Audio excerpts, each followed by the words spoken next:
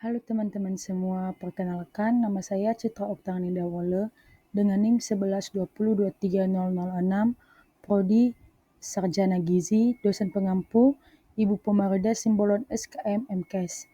Baik, di sini saya akan membahas tentang perhitungan nilai statistik, deskriptif, lanjutan. Nah, di sini kita akan membahas tentang statistik deskriptif membantu memahami data melalui ukuran pemusatan dan ukuran letak. Ukuran letak atau faktil terdiri dari kuartil, desil, dan persentil. Kedua, berguna untuk melihat sebaran dan posisi data dalam kelompok. Dan ketiga, sangat penting dalam penelitian gizi, kesehatan, sosial, dan ekonomi. Nah, yang pertama kita akan membahas kuartil.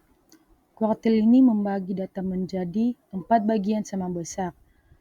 Q1 sama dengan 25% data terendah, Q2 sama dengan median atau 50%, Q3 sama dengan 75% data terendah. Kelebihannya, tahan terhadap outlier, mudah dihitung, dan kekurangan tidak mencerminkan seluruh variasi data. Yang kedua, kita akan membahas desil. Desil ini membagi data menjadi 10 bagian sama besar atau D1 sampai D9, memberikan detail posisi data yang lebih rinci dari kuartil. Kelebihannya, detail tinggi dan fleksibel, kekurangan perhitungan lebih rumit, butuh urutan data yang tepat. Nah, yang ketiga kita akan membahas persentil. Persentil ini membagi data menjadi 100 bagian sama besar atau P1 sampai P99. P50 sama dengan median. Kelebihan, sangat detail, berguna dalam penilaian kesehatan dan pendidikan. Kekurangannya, interpretasi kompleks dan sensitif terhadap data ekstrem. Nah, di sini juga kita akan membahas rumus perhitungan kuartil, desil, dan persentil. Yang pertama, rumus kuartil yaitu QK sama dengan KN ditambah 1 dibagi 4. Desil, DK sama dengan KN ditambah 1 dibagi 10. Dan rumus persentil, PK sama dengan KN ditambah 1 dibagi 100. Keterangan, K sama dengan posisi fraktil, dan N sama dengan jumlah data setelah diurutkan. Nah, di sini juga kita akan membahas contoh kuartil. Data HB balita atau Gamperdel 9,8, 10,0, 10,5, 11,2, 11,8, 12,0, 13,5. Q1 yaitu 10,0, Q2 yaitu 11,2, Q3 sama dengan 12,0. Interpretasi 25% balita HB kurang dari 10,0 gram per del dan 50% di bawah 11,2 gram per del dan 75% di bawah 12,0 gram per del. Nah, di sini juga kita akan membahas contoh persentil. Asupan protein 18, 20, 22, 25, 28.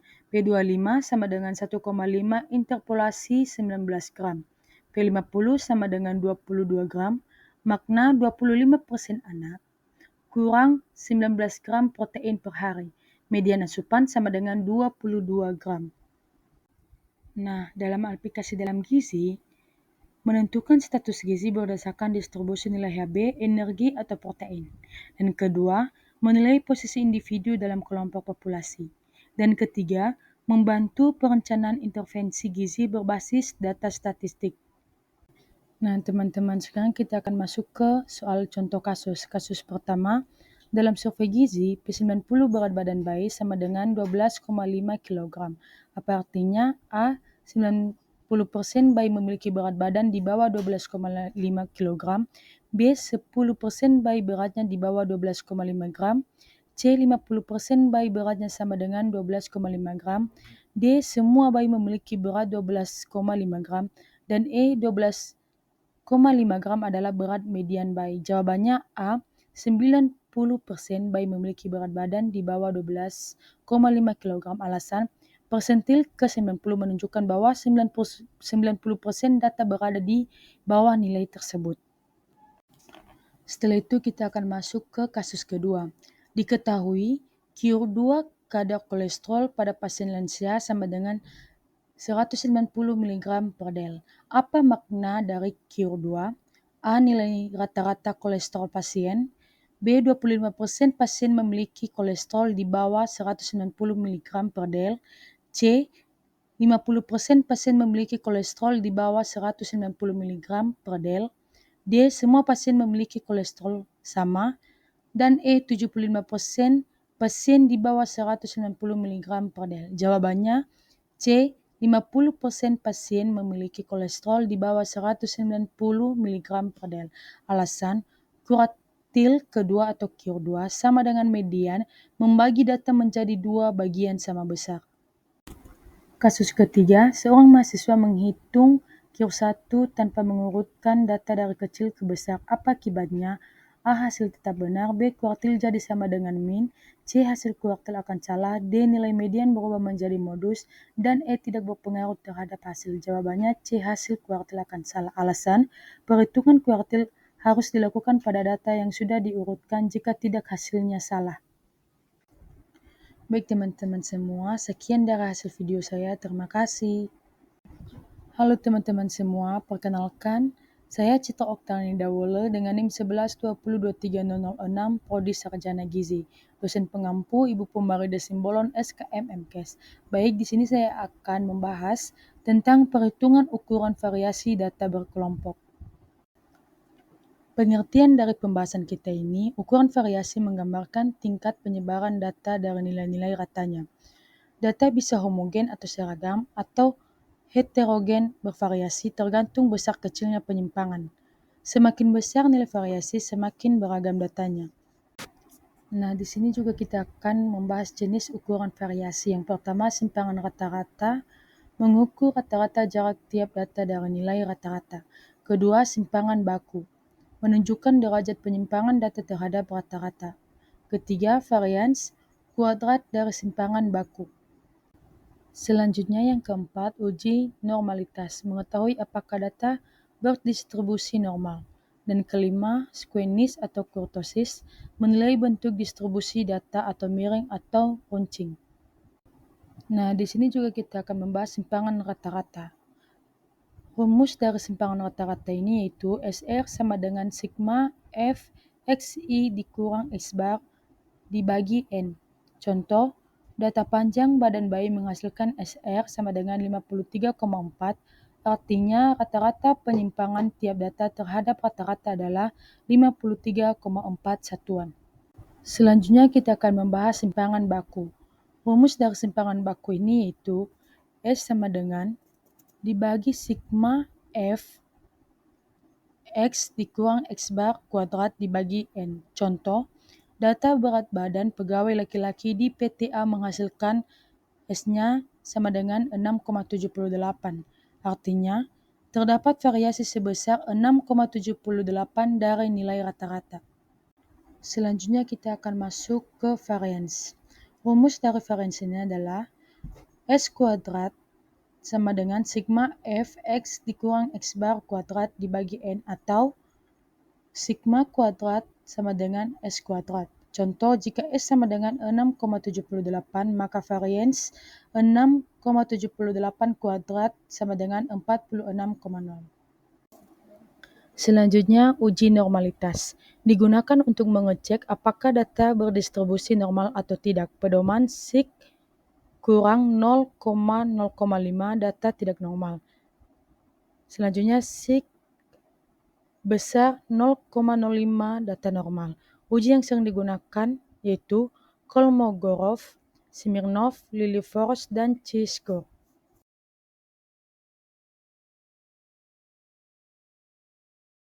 Selanjutnya, kurtosis atau keruncingan. Rumus dari kurtosis ini yaitu KK sama dengan P90 dikurang P10 dibagi 2, KIR3 dikurang KIR1. Interpretasi KK kurang 3 leptokurtik atau runcing, KK sama dengan 3 mesokurtik atau normal, KK kurang 3 platikurtik atau datar. Contoh, KK sama dengan 0,28, kurva agak datar atau platikurtik. Nah, sekarang kita akan masuk ke contoh kasus. Kasus pertama, simpangan baku berat badan pegawai pria adalah 6,78. Hitung nilai variansnya. A 6,78, B 13,56, C 32,0, D 46,0, dan E 48,5. Jawabannya D 46,0. Alasan, varians sama dengan S kuadrat sama dengan 6,78 kuadrat sama dengan 46,0, menunjukkan tingkat keragaman data. Selanjutnya kita akan masuk ke kasus kedua. Diketahui rata-rata IMT mahasiswa sama dengan 23, median 22, dan modus sama dengan 21. Bagaimana bentuk distribusinya? A. Menceng ke kiri, B. Menceng ke kanan, C. Simetris, D. datar, E. Tidak normal. Jawabannya B. Menceng ke kanan. Alasan, jika min, median, modus, distribusi positif squeness kurva miring ke kanan. Kasus ketiga. Pernyataan manakah yang benar? A. Varians adalah akar dari simpangan baku. B. Simpangan baku adalah kuadrat dari varians. C. Simpangan baku dan varians nilainya sama. D. Varians adalah kuadrat dari simpangan baku. E. Tidak ada hubungan. Jawabannya D. Varians adalah kuadrat dari simpangan baku. Alasan, rumus S kuadrat sama dengan varians, hubungan matematis langsung. Baik teman-teman semua, sekian dari hasil video saya. Terima kasih. Halo teman-teman semua, perkenalkan nama saya Citra Oktani Dawole dengan NIM 1120230006, Prodi Sarjana Gizi, dosen pengampu, Ibu Pemerida Simbolon SKM MKes. Jadi di sini saya akan membahas tentang perhitungan data berkelompok lanjutan. Nah, dalam pembahasan kita ini, statistika membantu kita memahami data, menemukan pola, dan mengambil keputusan yang tepat. Dalam kehidupan nyata, statistik digunakan di bidang kesehatan, menilai status gizi dan penyakit, pendidikan, mengukur nilai rata-rata siswa, dan ekonomi mengetahui tingkat inflasi dan pendapatan.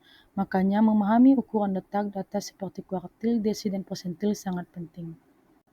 Nah, di sini kita akan membahas ukuran letak data. Digunakan untuk mengetahui posisi suatu nilai dalam sebaran data.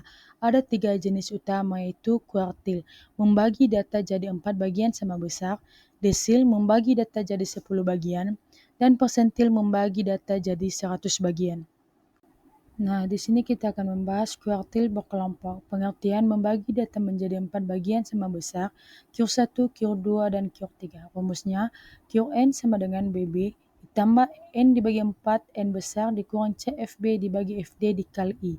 Keterangannya, BB batas bawah kelas kuartil, N besar jumlah data, CFB frekuensi kumulatif sebelum kelas kuartil, FD frekuensi kelas kuartil, dan I lebar kelas. Kelebihannya menyederhanakan data besar dan mudah dipahami, dan kekurangannya hasil perkiraan bukan nilai asli.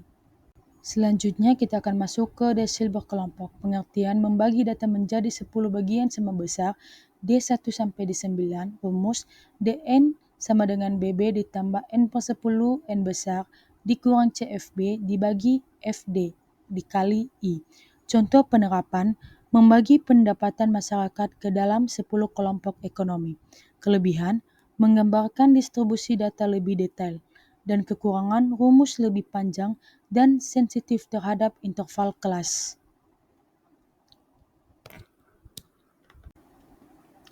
Nah, setelah itu kita akan masuk ke persentil berkelompok. Pengertian membagi data menjadi 100 bagian sama besar P1 sampai dengan P99. Rumus Pn sama dengan BB ditambah N per 100 N besar dikurang CFB dibagi FD dikali I. Kelebihan, sangat detail, bisa menggambarkan posisi data seperti ranking atau hasil ujian. Kekurangannya, perhitungannya lebih kompleks dan hasil hanya estimasi.